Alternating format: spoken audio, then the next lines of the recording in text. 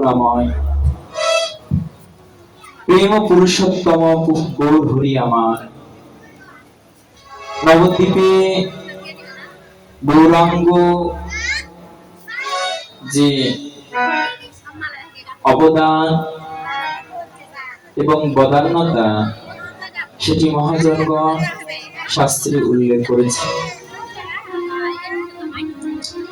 ভগবান এতকাল কখনো কূর্ম, কখনো বরাহ, কখনো মৎস্য,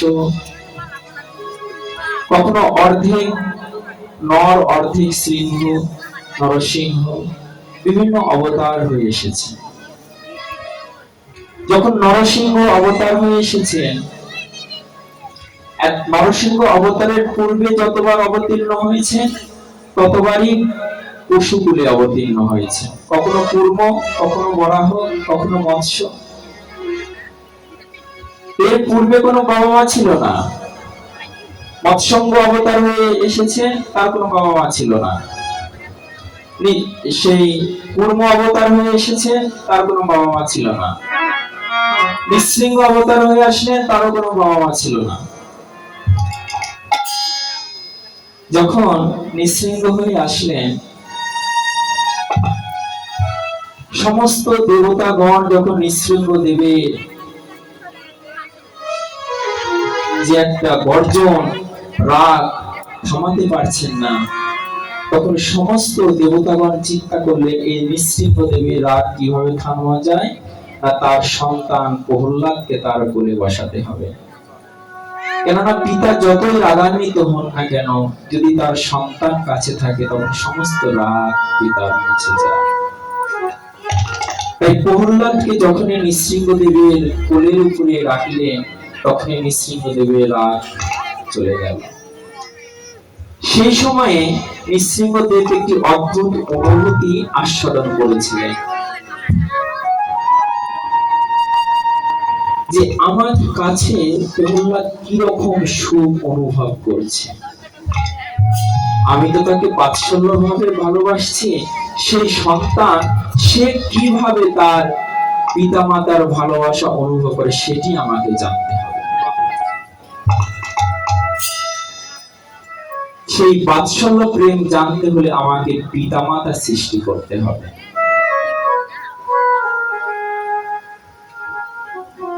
এর পরবর্তীতে যত লীলা করেছেন সমস্ত পিতা মাতাকে নিয়ে লীলা, রামলীলা, কৃষ্ণ লীলা, গৌর লীলা। অর্থাৎ ভগবান যেগুলো লীলা করেন সমস্ত আস্বাদনের জন্য, সমস্ত খেলার জন্য। অসুর দহনের জন্য ভগবান অবতীর্ণ হন না। কে বলে অসুর দহনের জন্য ভগবান অবতীর্ণ হন? যদি অসুর দহনই করা হতো তাহলে যেখানে আছেন সেখান থেকে তার চোখের ইশারায় অসুরগণ নিধন হয়ে যেত। ভগবান অবতীর্ণ হওয়ার উদ্দেশ্যই হচ্ছে সেই লীলাটি আস্বাদন করা।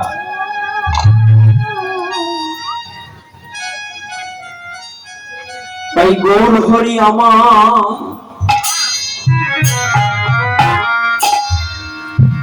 জগন্নাথ মিশ্র সূচি মাতাকে সৃষ্টি করে আগেই ধরণীতে পাঠিয়ে দিলেন।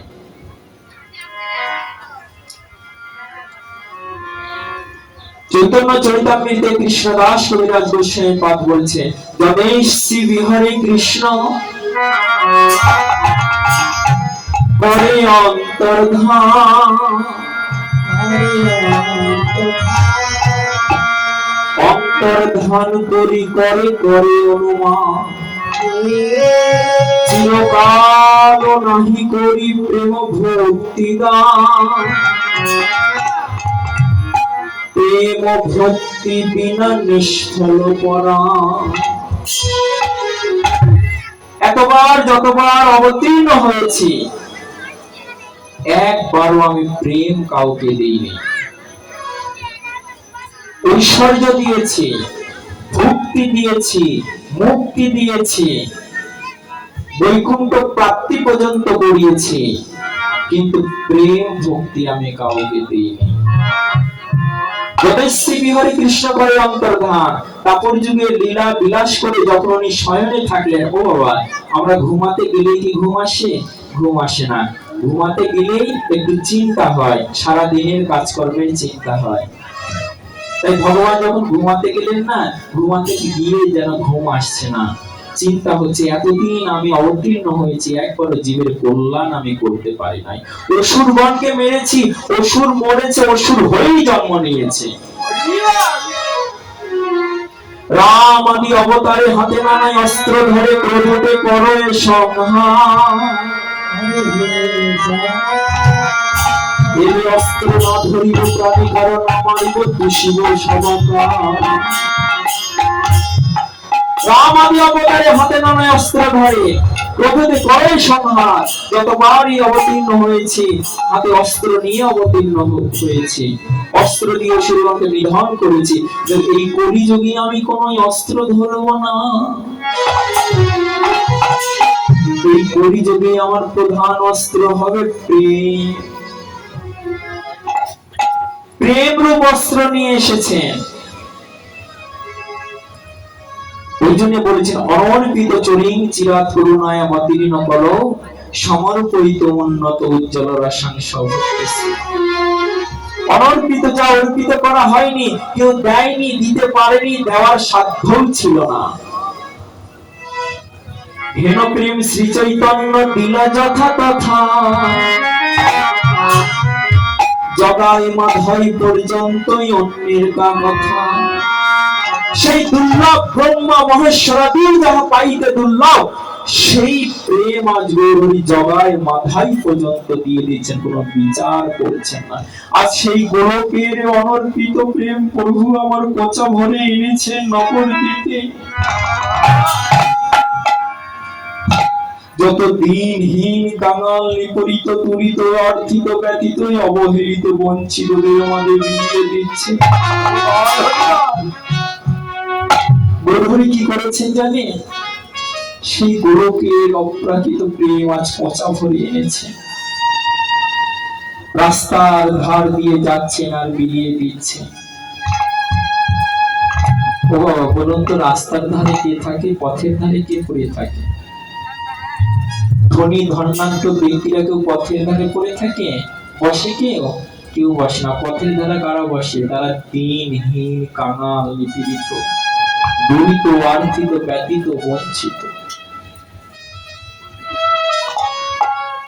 গৌরহরি কিন্তু অট্টালিকার পরে প্রেম দেননি, পথের ধারে দিয়েছে।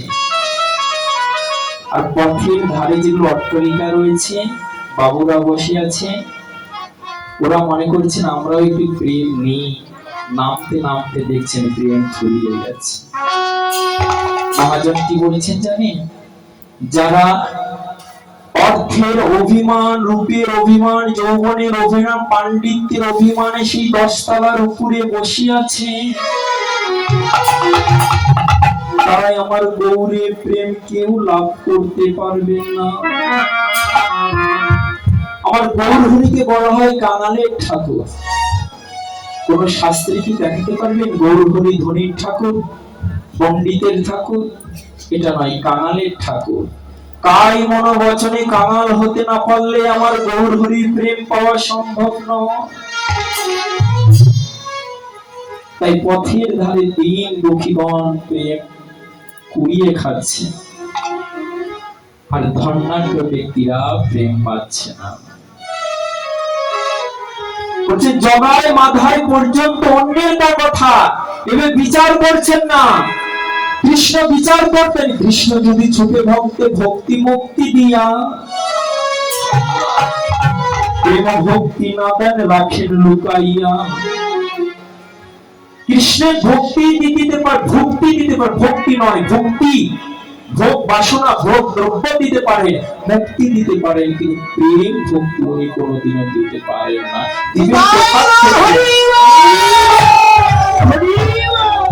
দিবেন কোথা থেকে? তার যে নিজেরই নাই। কৃষ্ণের কাছে তো প্রেম ভক্তি কিছুই নাই, উনি দিবেন কোথা থেকে? সমস্ত তো রাধা রানীর কাছে। আজ রাধা রানীর ভাব এবং কান্তি নিয়ে গৌর হয়েছে, গৌর হয়ে সে প্রেম ভক্তি জগায় মাধায় পর্যন্ত ব্যক্তিগণকে দিয়ে দিচ্ছে। আচ্ছা, মহাজনের এখানে জগায় মাধায় নাম উল্লেখ কেন করলেন? কেন করলেন জানেন? অন্যান্য অনেক ভক্ত ছিল, তাদেরও তো নাম তো উল্লেখ করতে পারেন, জগাই মাথায় কেন বললেন? বলছেন যে তৎকালে জগাই মাথায়ের মতো এতটা পাপিষ্ঠ ব্যক্তি আর কেউ ছিল না। জগতে এমন কোন পাপ কার্য নাই যে জগাই মাথায় করেনি। গো হত্যা থেকে শুরু করে নারী বধ পর্যন্ত পাপ কর্মে তারা লিপ্ত ছিলেন। সেই রকম ব্যক্তিকেও আমার গৌর হরি কৃপা করেছে। অন্যান্য ভগবান কৃপা করেনি, একমাত্র আমার গৌর হরি করেছে। অন্য কোন ভগবান এতটা করুণা এতটা কৃপা আনতে পারেন নাই, আমার গৌর হরি দিয়েছে। কোন বিচার করেন নাই, অবিচারে। এই যে আজ আপনারা ব্রাহ্মণ ক্ষত্রিয় বৈশ্য শূদ্র এক ও কাতারে বসে যে হরিনাম শ্রবণ করছেন না, এটা কিন্তু গৌরাঙ্গ মহাপ্রভু আসার পূর্বে এটা ছিল না। এই সাম্যবাদিতা, এই সমভাব, এটা কিন্তু প্রভু আসার পূর্বে ছিল না। এটা মহাপ্রভুর অবতার।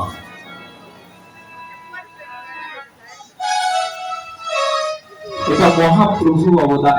এই জন্য আমার গৌর হরিকে বলা হয় কাঙালের ঠাকুর। ধনীর ঠাকুর নয়, কাঙালের ঠাকুর। এই কাঙাল হওয়া বড় যে বড়ই কঠিন। কাঙাল কে? কাঙাল হয়েছিলেন সেই রূপ সনাতন রঘুনাথ ভট্ট যুগগর্ভ শ্রীজীব লোকনাথ। কাঙাল হয়েছিলেন আমাদের বাংলার সন্তান নরোত্তম দাস ঠাকুর মহাশয়। আজও খেতে দিতে যাবে, দেখবেন 500 বিঘা সম্পত্তি জবনেরা দখল করে খাচ্ছে যার মনেশে। এত বড় রাজার সন্তান, সেটা ছেঁড়া বস্ত্র পরে আমি হরি বলবো আর বৃন্দাবনে চলবো। কিসের সুখ, কিসের শান্তি, কি পেয়েছিলেন যে সমস্ত কিছু পরিত্যাগ করে উনি চলে গিয়েছিলেন? মনশিক্ষায় সনাতন গোস্বামীর দৃষ্টান্ত দিচ্ছেন জানেন? এক কন্যা দায়গ্রস্ত ব্রাহ্মণ ছিলেন। কন্যা বড় হয়ে গেছে, বিয়ে দিবেন, কিন্তু তার কাছে কোনো অর্থ নাই। ভগবানের কাছে প্রার্থনা করলেন, ভগবান তো কথাই বলছেন না। চিন্তা করলেন আমার মেয়ে তো বড় হয়ে গেছে, ভগবানের পিছু ছুটতে হলে অনেক কাঠখড়ি পড়তে হবে। উনি ব্রাহ্মণ মানুষ, তো জানেন যে অল্প সময়ে কিভাবে কোন দেবতাকে সন্তুষ্ট করা যায়। চিন্তা করলেন শিবকে বলা হয় আশুতোষ, অল্পতেই সন্তুষ্ট, তাহলে আমি মহাদেবকে আগে সন্তুষ্ট করব। মহাদেবকে সন্তুষ্ট করলেন। মহাদেব আকাশবাণী দিলেন, যাও ওই সাগরের ধারে সনাতন নামে এক ব্রাহ্মণ সন্তান রয়েছে, তার কাছে অনেক ধন রয়েছে, তুমি চাইলেই পাবে। আসলেন সনাতনের কাছে। কি সনাতন, কি সনাতন? সনাতন প্রভু বলছেন, মই ছাড় দাস। দেখুন বৈষ্ণবের বাক্য কেমন, বৈষ্ণবের স্বভাব কেমন, সবসময় দাস্য ভাব। আমি জ্ঞানী, আমি পণ্ডিত, আমি অমুক, আমি অমুক তমুক, এটা বৈষ্ণবের স্বভাব নয়। বৈষ্ণব এই দাস্যতা, মই তব দাস।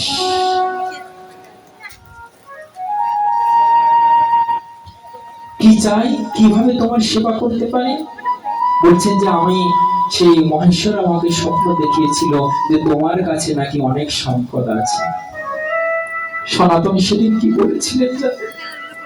হে ব্রাহ্মণ, আমার যদি সম্পত্তি থাকে তাহলে আমি এই কুটুরি নির্মাণ করে, তাল পাতার কুটুরি নির্মাণ করে আমি সমুদ্রের ধারে গিয়ে পড়ে ধরি। দেবতারাও আমাকে দেখে উপহাস করছে।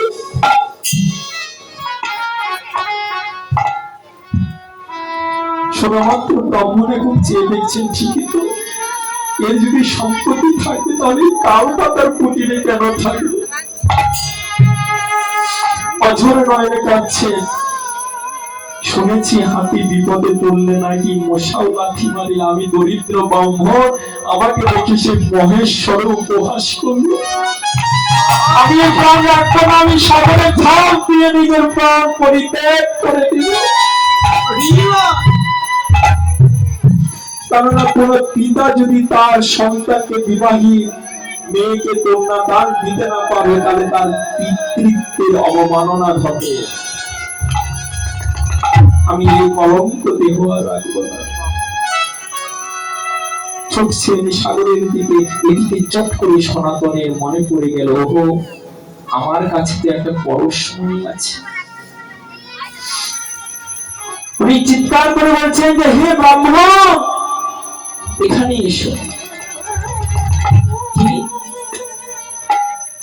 বাম হস্তের কনিষ্ঠ আঙ্গুলি দিয়ে দেখিয়ে দিয়েছে, ওখানে দেখো তো কিছু আছে।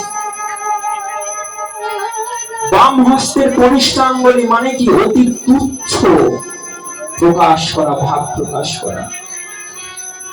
দেখিয়ে দিয়েছেন হ্যাঁ সেখানে একটা মাটির কোটরির ভিতরে পরশমণি আছে। চিন্তা করবো, সনাতন গোস্বামী সাগরের ধার দিয়ে হাঁটছিলেন, একটি পাথর পেয়েছিলেন, দেখছেন এটি পরশমণি, আমি করলেন কি মাটির কোটরিতে রেখে আবার স্নান করে কুটিরে আসলেন।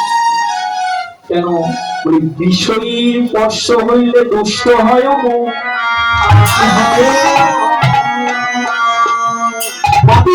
না করিব কবরাজ ধন, বিষয়ীর অন্ন খাইলে দুষ্ট হয় মন।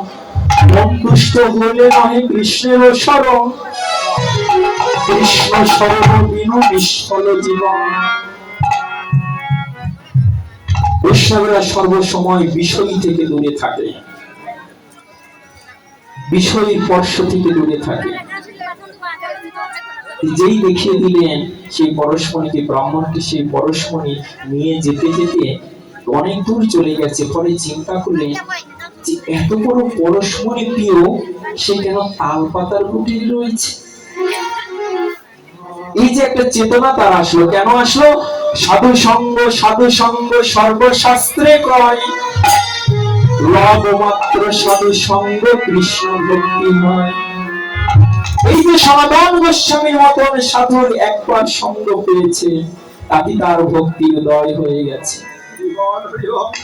চৈতন্য চরিতামৃতে বলছে যে সাধু সঙ্গ সর্বশাস্ত্রে কয়, লবমাত্র সাধু সঙ্গ কৃষ্ণ ভক্তি হয়। কৃষ্ণের সঙ্গ করলেও কৃষ্ণ ভক্তি হবে না।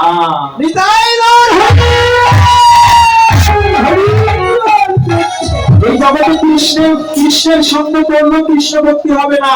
তাহলে চৈতন্য চরিতামৃতে লেখা থাকতো যে কৃষ্ণ সঙ্গ সর্বশাস্ত্রে, এটা তো লেখা নেই। সাধু সঙ্গ সর্বশাস্ত্রে কয়, একমাত্র সাধু সঙ্গের দ্বারাই কৃষ্ণ ভক্তি লাভ হবে, অন্য কোন সঙ্গে নয়। চৈতন্য ভাগবত তার উপরে দৃষ্টান্ত দিয়েছে কি? দর্শনে পবিত্র করো এ তোমার গুণ। সাধুর সঙ্গেও করতে হবে না, সাধু দর্শনে পবিত্র করো তোমার গুণ। প্রেমভক্তি চন্দ্রিকা নরোত্তম দাস ঠাকুর মহাশয় বলছেন, দর্শনে পবিত্র করে তোমার গুণ বৈষ্ণব বন্দনা। আর চৈতন্য ভাগবত উল্লেখ করেছে দর্শন তো দূরের কথা, যে গ্রামে ভক্ত অবতরে তাহার প্রভাতে লক্ষ্য যোজন নিস্তরে। যে গ্রামে ভক্ত অবতরে তাহারও প্রভাবে লক্ষ্য যোজন নিস্তরে। 1 লক্ষ যোজন বলতে 9 মাইল, তাহলে 1 লক্ষ যোজন কত মাইল? এর মধ্যে কোন জন্তুদের প্রবেশ অধিকার না। তাই যখন ওই সনাতন গোস্বামীর মতন সাধুর সঙ্গ পেয়েছে, তখন উনি চিন্তা করছেন না না আমি এই ধন কেন নিব, সেই যে ধনে ধনী হয়েছে আমি সেই ধন নিব। ছুটি আসলেন সনাতন গোস্বামীর কাছে, এসে আমার সনাতন গোস্বামীর চরণে লুটিয়ে পড়ছেন, প্রভু হে,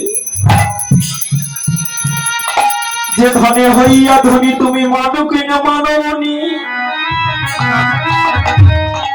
যে ধনে হইয়া ধনী তুমি মনি কেনা মানবনি। প্রভু আমি সেই ধনে ধনী হতে চাই, প্রভু আমার সেই ধন তুমি দান করো।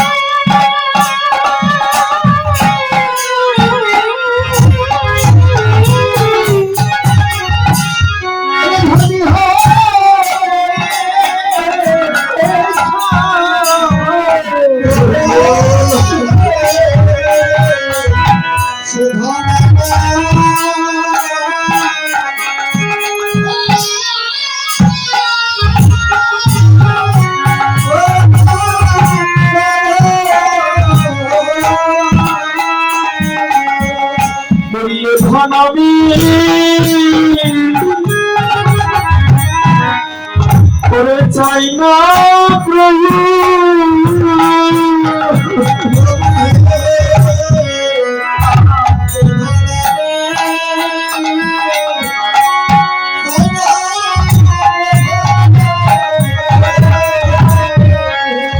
গোবিন্দ হরা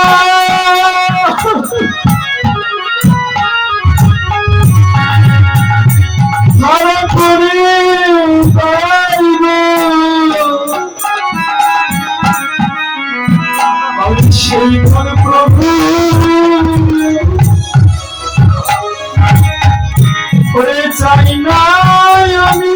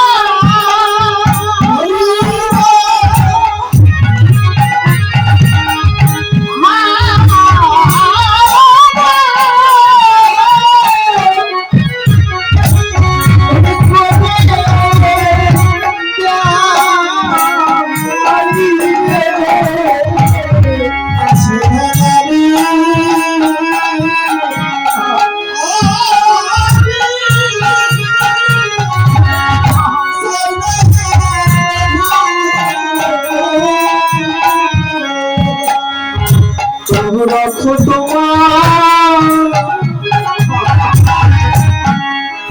চরণ বসে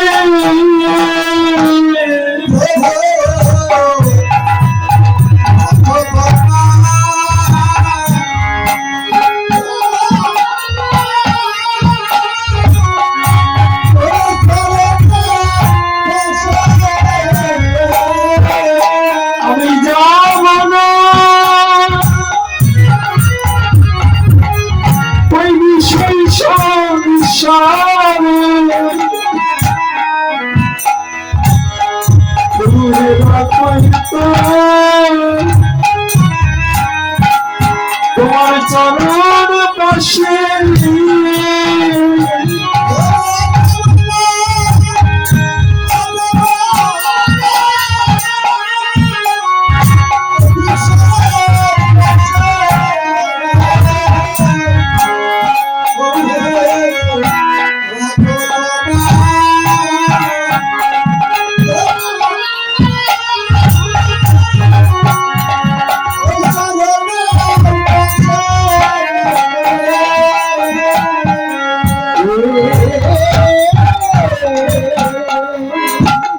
কৃষ্ণ ভুলি যেই জীবনাদি মহির্ম এ তো মায়া তরে দেয় সংসার রূপ। কৃষ্ণ যখনই আমরা ভুলে যাই না তখন এই মায়ারূপী সংসার আমাদের জ্বালা দেয়। জীব কৃষ্ণ নিত্য দাস তাহা ভুলে গেল সেই দোষে মায়া পিশাচী তার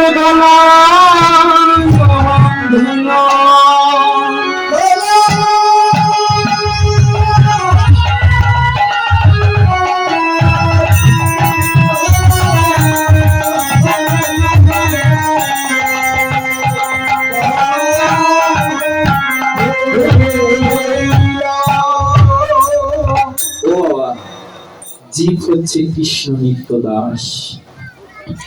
জীবের কর্তব্য হচ্ছে ভগবানের দাসত্ব করা, ভগবানের সেবা করা, নাম সেবা, ধাম সেবা, বিগ্রহ সেবা, গ্রন্থ সেবা, বৈষ্ণব সেবা, তুলসী সেবা, এই সর্বদা সেবার ভিতরে জীবগণ থাকবে। আমাদের ভজনটা হচ্ছে সেবা করা। ভজ ইত্যেষু পরিতত সেবায়ং পরিকীর্তিত। ভক্তি শব্দের অর্থ হচ্ছে সেবা, সর্বদা সেবার ভিতরে থাকা। আমাদের উদ্দেশ্য ভগবানের সঙ্গে মিশে যাওয়া নয়, আমাদের উদ্দেশ্য জ্ঞানী হওয়া নয়, পণ্ডিত হওয়া নয়, ভগবানের অঙ্গের সঙ্গে মিশে যাওয়া নয়। আমাদের উদ্দেশ্য হচ্ছে দাসত্ব, দাসী হয়ে ভগবানের সেবা করা। আর গৌড়ীয় বৈষ্ণব আচার্য আরো এক ধাপ উপরে চলে গিয়েছে, যে তোমরা যাকে বলছো না জীব কৃষ্ণ নিত্য দাস, ইহ বাহ্য, এর উপরে আরেকটি তত্ত্ব রয়েছে। জীব হচ্ছে আমার রাধারানীর নিত্য দাস। রাধা কিঙ্করী, রাধা স্বরূপ ভাবনা করে মঞ্জুরি ভাব সাধন পদ্ধতি যাচনা করে রাধারানীর কিঙ্করী হয়ে বলি কৃষ্ণ সেবা করা।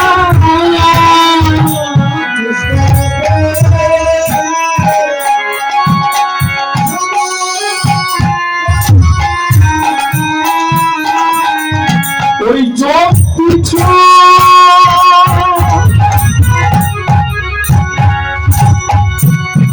স্মরণ করা, কৃষ্ণ সেবা সেবা করা।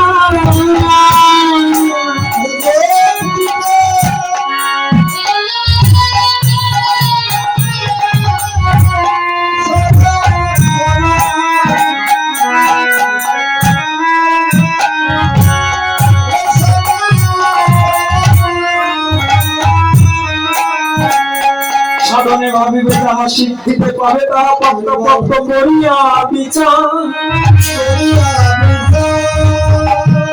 ও বাবা, গীতায় ভগবান কি বলেছে, যে মৃত্যুকালে যে যাহা ভাবনা করে মৃত্যু বরণ করে, পরবর্তীতে তার সেই ভাবনা লোক জাতকুলেই জন্ম হয়, তাই কি না? তাহলে আমরা যদি সবসময় গোবিন্দের দাস্যতা চিন্তা করি, সবসময় যদি দাস ভাবে স্মরণে যদি গোবিন্দের সেবা করি, আর সেই সময় যদি কারো মৃত্যু হয়ে যায়, অবশ্যই পরবর্তীতে তার কৃষ্ণ দাস্য হয়ে থাকবে সেই গোলক। এই জন্য এই স্মরণিকা ভজন, এই স্মরণ পদ্ধতি। কিন্তু যখনই আমরা এই স্মরণ পদ্ধতিটা ভুলে যাই, তখনই এই সংসার মায়া পিশাচি আমাদের গলায় বাঁধে। ও বাবা, আমরা বলি না ভূতে ধরেছে, পিশাচ ধরেছে। কেমন করে বুঝি? যখন ভূতে ধরে তখন আমরা পাগলের মতন কথা বলি না, উল্টা পাল্টা কথা বলি। তো বলছেন যে এই মায়ারূপ পেতনি যখন আমাদের ঘাড়ে বসে না, তখনই আমরা ভূতের মতন কথা বলি। আমার পুত্র, আমার সংসার, আমার টাকা, আমার ঐশ্বর্য, এগুলো ভূতের প্রলাপ। তুমি যখন এসেছিলে তখন কি কোনো সম্পদ এনেছিলে? তুমি যখনই চলে যাবে তখন কি কোনো সম্পদ তোমার সঙ্গে যাবে? চারজনে যখন তোমাকে কান্না করে নিয়ে চলে যাবে, তখন শূন্য হস্ত তোমার হেলোদুলো করবে। বিশ্বের সবচাইতে বড় ধনী ছিলেন, উনি কি বলেছিলেন জানেন? আমি যখন মারা যাব তখন আমার হস্তটা সেই মাচাঙের নিচে তোমরা রেখে দিও, যাতে আমার হস্ত হেলে দুলে চলে যায়। আমার হতে যেন জগৎ জেনে না আমি একা এসেছি, একা যাচ্ছি, শূন্য হস্তে এসেছি, শূন্য হস্তে চলে যাচ্ছি। কিন্তু আমার গৌড়ীয় বৈষ্ণব কি বলেছেন জানে? সেই দিন তোমার সঙ্গে কিছু যাবে না, সেদিন একমাত্র এক জিনিস তোমার সঙ্গে যাবে, সেদিন নাম যাবে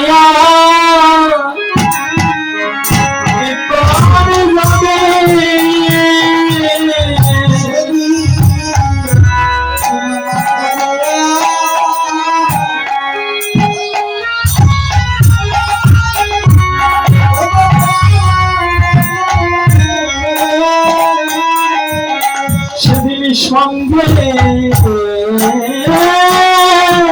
সাথী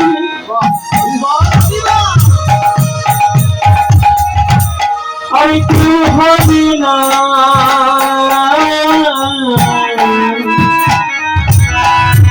সেদিন একমাত্র নাম জানিয়া এই প্রাণ যাবে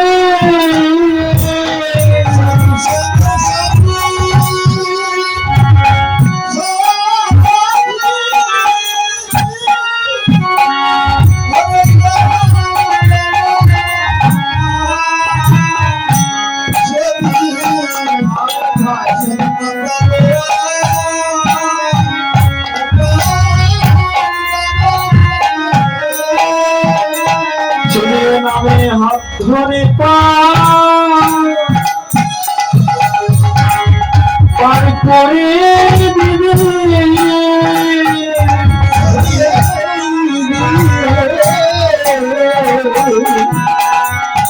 সে হাত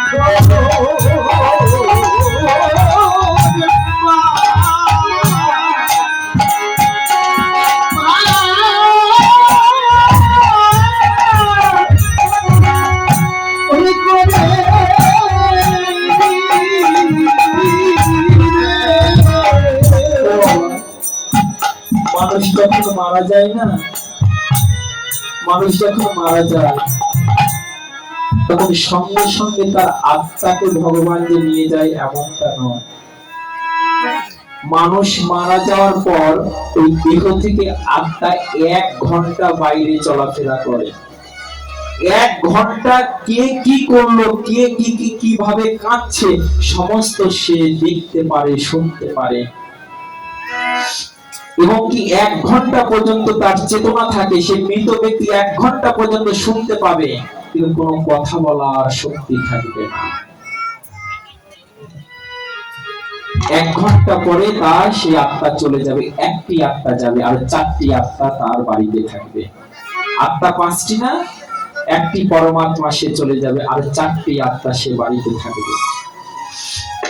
কতদিন থাকবে?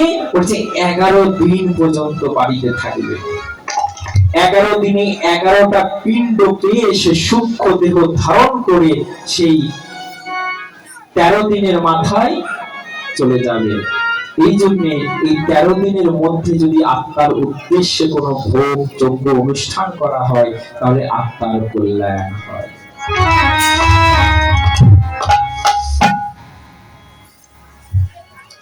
আত্মা অনেক কিছু বলতে চাই জানে, কিন্তু বলতে পারে না, কেননা আত্মা দেখা যায় না, স্পর্শ করা যায় না, আগুনে পড়ে না, জলে ভিজে না, গীতায় প্রমাণ করা রয়েছে। বলতে চাই, বলতে পারে না, কত যে কষ্ট সেই তখন বুঝতে পারে। সেদিন একমাত্র এই হরিনাম ছাড়া আর কোনো কিছু শুনতে যাবে না। তাই বলছেন এই মায়ার জগতে যারা কৃষ্ণ ভুলেছে তারাই এই ত্রিতাপ জ্বালা ভোগ করে। এখন যদি কেউ প্রশ্ন করে, আচ্ছা বাবা, যারা কৃষ্ণ ভজন করে না তারা শুধু দুঃখ পায়, আর যারা সাধুরা তারা কি দুঃখ পায় না? যারা কৃষ্ণ ভজন করে তারা কি দুঃখ পায় না? তারাও তো কাঁদে সব সময়, তারাও তো দুঃখ পায়, তাদেরও তো সংসার দুঃখ আসে, তারা কি পায় না? বলছেন যে এই পৃথিবীকে বলা হয় দুঃখালয়। এই পৃথিবীকে বলা হয় দুঃখালয়। এখানে কৃষ্ণ ভক্ত বিমুখ কেন? কৃষ্ণ ভক্ত এই পৃথিবীতে দুঃখ পায়। শুধু কৃষ্ণ ভক্ত কেন, আমার ভগবান শ্রীকৃষ্ণ যদি আসে সেও এই পৃথিবীতে দুঃখ পাবে, সেও দুঃখ পাবে। কেননা এটা পৃথিবীর ধর্ম। না তো যিনি স্বয়ং ভগবান তিনি কোথায় জন্ম নিলেন? দেখুন ভগবানের চরিত্র, দেখুন ভগবান কোথায় শান্তি পেয়েছে। আমরা একটু দুঃখ হলে ভগবানের কাছে গিয়ে বলি যে ভগবান আমাদের দুঃখ দূর করো, দুঃখ দূর করো, কিন্তু ভগবান তো সুখে ছিলেন না, রাম হয়ে এসেছিলেন। ভাতৃত্বের প্রেম বন্ধন। রাম যখন রাজ্য পরিচালনার জন্য রাজ্য ভার দশরথ দিবেন, তখনই সেই মন্থরা কৈকির কর্ণে গিয়ে বলছে যে কৈকি, তুই এতটাই বোকা, তোর রাজা যদি ভরত হয় তবে তুই হবি রাজমাতা, আর রাম যদি রাজা হয়ে যায় তাহলে তুই কি হবি রাজমাতার দাসী। মন্ত্রণা পেয়ে কি করলেন কৈকি, সঙ্গে সঙ্গে দশরথকে গিয়ে বলছেন যে দাঁড়াও, আমার ভরত রাজা হবে আর রাম সেই 12 বছরের বনবাসী হবে, 14 বছরের বনবাসী হবে। কি সুখ পেয়েছেন। বনবাসে চলে গেলেন।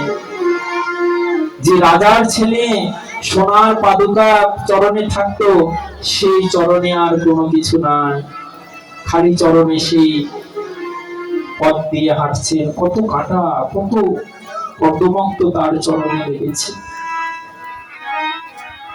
বনে গিয়ে একটু বিশ্রাম নেবেন, সেটাও ভাগ্যে কোথায়। কিছুদিন যেতেই না যেতেই সীতা মাতাকে সেই অসুর হরণ করে নিয়ে চলে গেল। শুরু হয়ে গেল সীতা অন্বেষণ, সীতা উদ্ধার। সাগরের উপর সেতু নির্মাণ করলেন, সেই রাবণকে হত্যা করে আর সীতাকে উদ্ধার করে নিয়ে আসলেন। মনে করলেন এবার সীতা এসেছেন, সীতাকে নিয়ে একটু সুন্দরভাবে রাজ্য পরিচালনা করবো। কোথায়, সমাজের কান বঞ্চনা শুরু হয়ে গেল। সীতা কি সত্যি আছে? অসুর হরণ করে নিয়ে চলেছে। কোথায় শান্তি পেয়েছেন? শেষে সীতা মনের দুঃখে বলছেন, ধরণী মাতা তুমি দিভা হও, যিনি আমাদের আদি মাতা তিনি বলছেন ধরণী মাতা তুমি দিভা হও, তোমার ভিতরে আমি প্রবেশ করি। যে সীতা মা ধরণীতে প্রবেশ করলেন, সীতা হাসিতা হাসিতা বলে রাম আমার সাগরের পার বিসর্জন দিয়ে দিলেন। কোথায় শান্তি পেলে? তারপর যুগে ভগবান শ্রীকৃষ্ণ আসলেন, যিনি ভগবান শ্রীকৃষ্ণ, তার জন্ম হয়েছে চুপিসারে সেই কংসের কারাগারে, জেলখানাতে। কোথায় শান্তি পেলেন? জন্মের পরে যে মায়ের স্তন পার করবেন সেই ভাগ্য হয়নি। বসুদেব মাথায় করে নিয়ে যাচ্ছে, ঝড় ঝঞ্ঝা বৃষ্টি সমস্ত কিছু আমার গোবিন্দের অঙ্গে পড়ছে। রেখে আসলেন সেই যশোদা মায়ের কাছে, সেখানে কি শান্তি পেয়েছিলেন? 15 দিন পর থেকে অসুরের উৎপাত শুরু হয়ে গেল। পুতানা, বকাসুর, ধেনাসুর, অঘাসুর, কত অসুর, প্রতিদিন অসুরকে নিধন যুদ্ধ। একটু যে শান্তি মতন প্রেম করবে সেটিও ভাগ্যে না, গুরুজন কর্তৃক বাধা।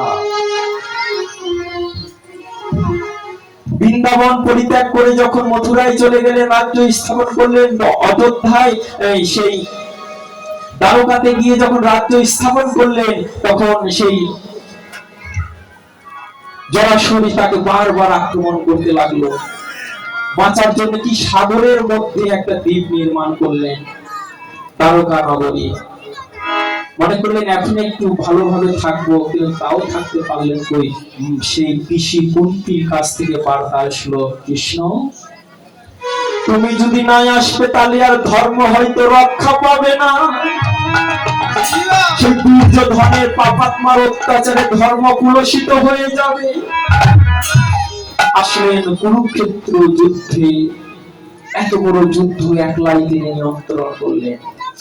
যুদ্ধ শেষে মনে করলেন এবার শান্তি ফিরে আসবে, কিন্তু গান্ধারী অভিশাপ দিলেন, কৃষ্ণ তুমি কি পারতে না সমস্ত যুদ্ধ তুমি না করেই ধর্ম স্থাপন করতে পারতে, কিন্তু তুমি জেনে শুনে আমার 100টা সন্তানকে নিধন করিয়েছ।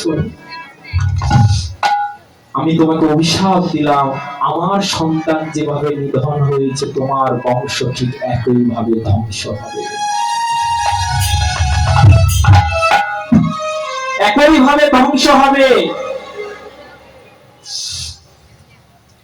যখন দ্বারকায় ফিরে আসলেন, দেখছেন যে নিজে নিজের পরিবার একে অন্যের সঙ্গে দ্বন্দ্ব শুরু হয়ে গেছে।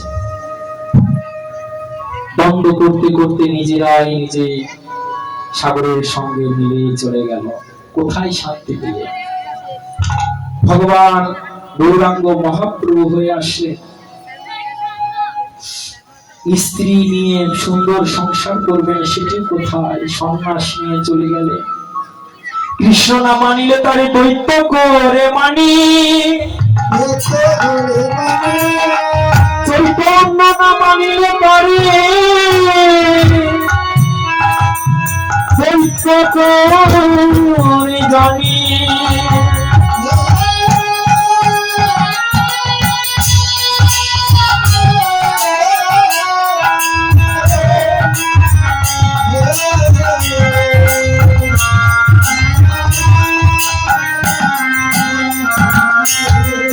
যারা মানেন না তারা এক দৈত্য, আর চৈতন্য যারা মানেন না তদ্রূপ সে দৈত্য। মহাপ্রভু চিন্তা করে, মরে না মানিলে সব লোক হবে না, এই লাগে কি পারত প্রভু, প্রভু আমার করিলা সন্ন্যাস।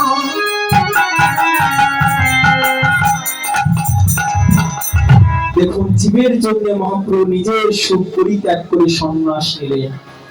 কেন? যে আমি এই যুগের ভগবান, আমাকে যদি কোনো জীব না মানে তাহলে সমস্ত নাশ হয়ে যাবে। আর আমি যদি সন্ন্যাস নিই, আমাকে ভগবান বলে না মানব, যদি সন্ন্যাসী বুদ্ধিতে মনে করিবে না নমস্কার, তথাপি খণ্ডিবে দুঃখ পাইবে নিস্তার।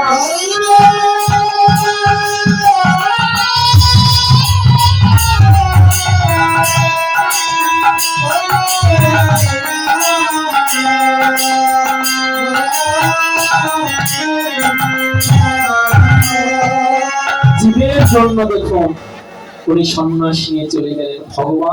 ভগবানও শান্তি পাননি। ভগবান তো দূরের কথা, ভগবানের যিনি পিতামাতা তিনার জীবনী দেখুন।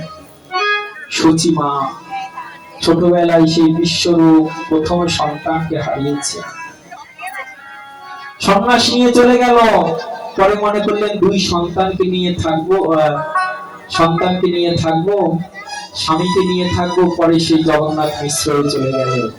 মনে করলেন পুত্র গেল, স্বামী গেল, এখন আমার একমাত্র নিমাই আছে, নিমাইকে নিয়ে থাকবো। কিন্তু নিমাইও চলে গেল। একটা মায়ের কাছ থেকে যদি স্বামী সন্তান সকলেই চলে যায়, তখন সেই মায়ের কি অবস্থা হয়েছে? আর তার সেই বেদনাদায়ক চরিত্র হচ্ছে আমাদের বিষ্ণুপ্রিয়ার চরিত্র। আমরা যারা সাধক, যখন যোগপীঠ স্মরণ করি তখন সাধকদের কথা উল্লেখ রয়েছে, সাধিকাদের কথা উল্লেখ নাই। কে বললো নাই? যারা সাধিকা, যারা নারী হবে, তারা আমার বিষ্ণুপ্রিয়ার জীবনী দর্শন করবে। মহাপ্রভু যখন সন্ন্যাস নিয়ে চলে গেলেন, শান্তিপুরে আসলেন, অদ্বৈত প্রভু তাকে মহোৎসবের জন্য আয়োজন করেছিলেন। নিত্যানন্দ প্রভুর কাছে বললেন যে, নিত্যানন্দ তুমি যাও, সেই নবদ্বীপ বাসীকে নিমন্ত্রণ করে আসো, অদ্বৈত গৃহে আজ মহোৎসব হবে। কিন্তু সকলকে বলো, একজনকে তুমি বলো না। অদ্বৈত প্রভু কন্দন করে বললেন যে, প্রভু কি সে হতভাগা হতভাগিনী, জগতের সকলকে কৃপা করার জন্য তুমি এসেছো, কিন্তু তাকে তুমি ডাকছো না। নিত্যানন্দ বোঝার আর বাকি থাকলো না, সে আর কেউ নয়, আমার বিষ্ণুপ্রিয়া। কেননা সন্ন্যাসের পরে নারী দর্শন করতে না। নিত্যানন্দ প্রভু আমার পত্র নিয়ে এসেছেন সচি মায়ের কাছে।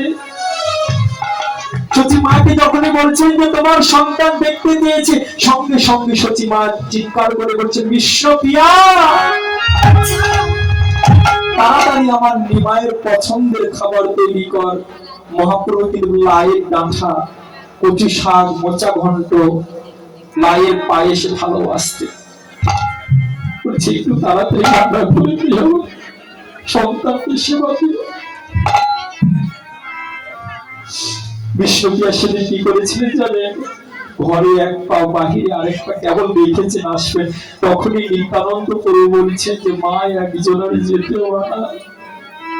মা বুঝতে পারেনি, কিন্তু বিষ্ণুপ্রিয়া বুঝেছিলেন, কেননা তিনি তো পণ্ডিতের মেয়ে ছিলেন, সনাতন মিশ্রের পণ্ডিতের মেয়ে। তিনিও জানতেন শাস্ত্র, যে সন্ন্যাসের পরে নিজের স্ত্রী দর্শন করতে না।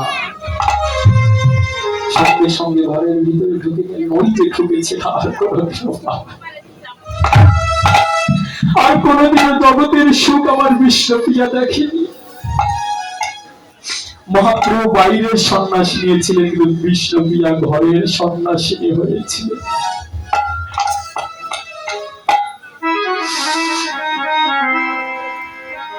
আমার সচিমা সেদিন কি বলেছিলেন জানে? যে আমি যাব না, যেখানে আমার বৌমা যেতে পারবে না সেখানে আমি যাব না। ও নিমাই পণ্ডিত হয়েছে না, ও চৈতন্য কৃষ্ণ চৈতন্য হয়েছে না, ও চৈতন্য পণ্ডিত হয়ে থাকুক, আমি আমার নিমাইকে চাই, আমি পণ্ডিত কৃষ্ণ চৈতন্য চাই না। সেদিন বিষ্ণুপ্রিয়া কি বলেছিলেন জানে? আদর্শ নারীর চরিত্র দেখুন। মা তুমি যাও, তুমি যে আমার গৌরের চরিত্র দর্শন করো, তার লীলা দর্শন করো, সেই লীলাটি তুমি এসে আমার কাছে বলবে। আর আমি সেদিন কি করব জানো? আমি ভবসাগরে লীলা দর্শন করব।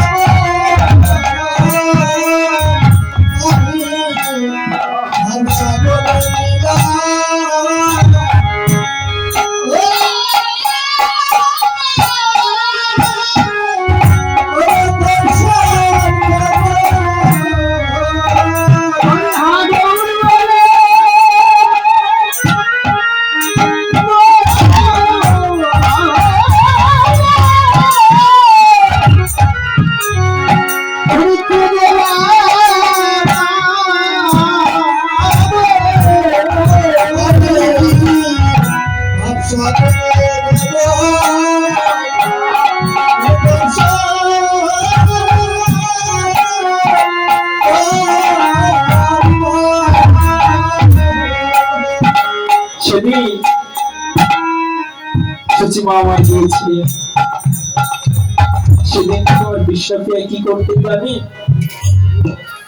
প্রতিদিন এক মুষ্ঠ ধান্য নিতে, সারাদিন এক মুষ্ঠ ধান্য থেকে সরনাম 32 অক্ষর বলে বলে একটি ধান্য থেকে চাল বের করতে।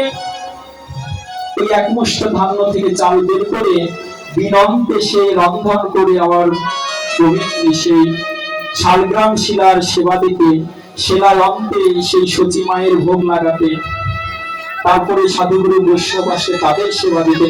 যদি থাকতো তাহলে সেবা করতেন, না থাকলে করতেন না। সেদিন থেকে বিষ্ণুপ্রিয়া মাই আমার পালঙ্কে শয়ন করতেন না, যে পালঙ্কে আমার স্বামী থাকবে না, সে পালঙ্কে আমি থাকতে চাই না। আমার বিষ্ণুপ্রিয়া মৃত্তিকাতে শয়ন করতে। সেদিন থেকে আমার বিষ্ণুপ্রিয়া কোনো রঙিন শাড়ি পরতেন না, ছেঁড়া শুক্র শাড়ি পরতেন। কেন? আমার স্বামী রঙিন কোন বস্ত্র পরবে না, আর আমি রঙিন বস্ত্র পরব। আদর্শ নারী দেখুন। সেদিন থেকে বিষ্ণুপ্রিয়া আমার স্বাস্থ্যের না জানে, কোন কসমেটিক প্রসাধনী ব্যবহার করতেন না।